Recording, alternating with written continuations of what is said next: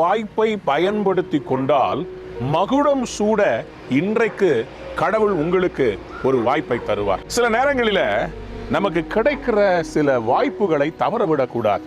ஏனென்றால் இந்த சீசன்ல எதை செய்யணுமோ செஞ்சிட்டீங்கன்னா உங்களுக்கு மகுடம் காத்து கொண்டிருக்கிறது.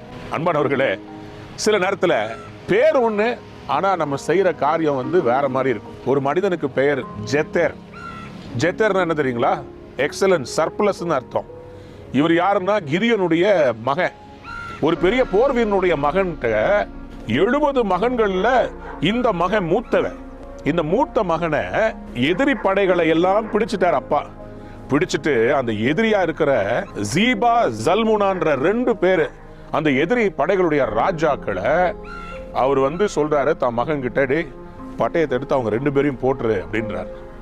ஆனா இந்த மூத்த பையன் அன்னைக்கு அவங்க 2 பேரையும் அவன் கொன்றிருப்பானால் அன்றைக்கே அடுத்த தலைவனாக உருவாகி இருப்பான். அந்த பரிதாபம். அவங்க அப்பா சொல்றாரு, எல்லாத்தையும் முடிச்சிட்டப்பா, நீ இந்த செத்த பாம்பு அடிச்சிருன்றார். ஆனா இவன் அடிக்கிறதுக்கு மனம் வரல. இவனுக்கு ஒரு பயம் இருக்குது. இவன் பேர் எக்ஸலன்ஸ், இவன் பேர் ரொம்ப பெரியவன், எல்லாத்தையும் சாதிக்கிறவன் பேர். ஆனா மனசுல அவனுக்கு ஒரு பயம், ஒரு பயம். அப்பா பக்கத்துல நிக்கிறாரு, உங்களுக்கு வேண்டிய எல்லாத்தையும் செஞ்சுட்டாரு, ஆனா இவனுக்கு பயம். அந்த 2 எதிரிகளும் ஜீபாவும் ஜல்முனாவும் சொல்றாங்க, ஐயா தயவுசெய்து எங்க சரித்திரத்தை கெடுத்துறாதீங்க. எங்களை கொன்னது ஒரு மாவீரனா இருக்கட்டும், ஒரு மனுஷனுடைய மனசு எப்படியோ அப்படிதான் அவன் வாழ்க்கையும் இருக்குதுன்ட்டாங்க. அதனால தயவுசெய்து நீரே எங்களை கொன்றுன்னு சொல்லி கடைசியில கிதியனே அவர்களை மேற்கொண்டார். எவ்வளவு பெரிய ஒரு ஆப்பர்ச்சுனிட்டி! கிதியனுடைய மகனுக்கு எவ்வளவு பெரிய ஒரு வாய்ப்பு!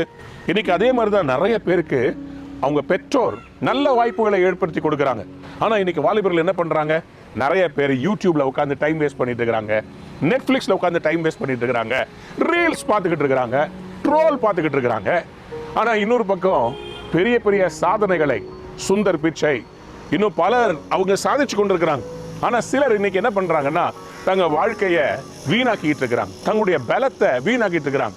அன்பானவர்களே, இன்னைக்கு நீங்க என்ன பண்றீங்க?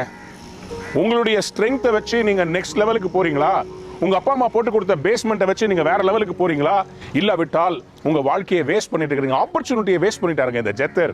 அவன் பேர்னாவே எக்ஸலன்ஸ் அர்த்தம், ஆனா அவன் ஆப்பர்ச்சுனிட்டியை வேஸ்ட் பண்ணிட்டான். அடுத்த சாப்டர்ல பாத்தீங்கன்னா இஸ்ரவேல் ஜனங்கள் சொல்றாங்க, நீர் எங்கள் மேல் ஆளுகை செய்யும்னு சொல்லும் போது அவர் சொல்றாரு, இல்லப்பா நானும் இல்லை, என் மகன்களும் இல்லை, அவங்க தகுதி இல்லை, கடவுளே உங்களை ஆளுகை செய்யட்டும், நான் உங்க மேல அதிகாரியா தலைவனா இருக்க மாட்டேன்னு சொல்லி அவர் சொல்றாரு. காரணம் என்ன? என் பிள்ளைங்க சரியில்லை. அன்பானவர்களே, இன்றைக்கு உங்களுக்கு கிடைத்த வாய்ப்பை நீங்க விட்டுறாதீங்க. எவ்வளவு தடைகள் வந்தாலும் சரி, நீங்க செய்ய வேண்டியதை செஞ்சுக்கிட்டே இருங்க.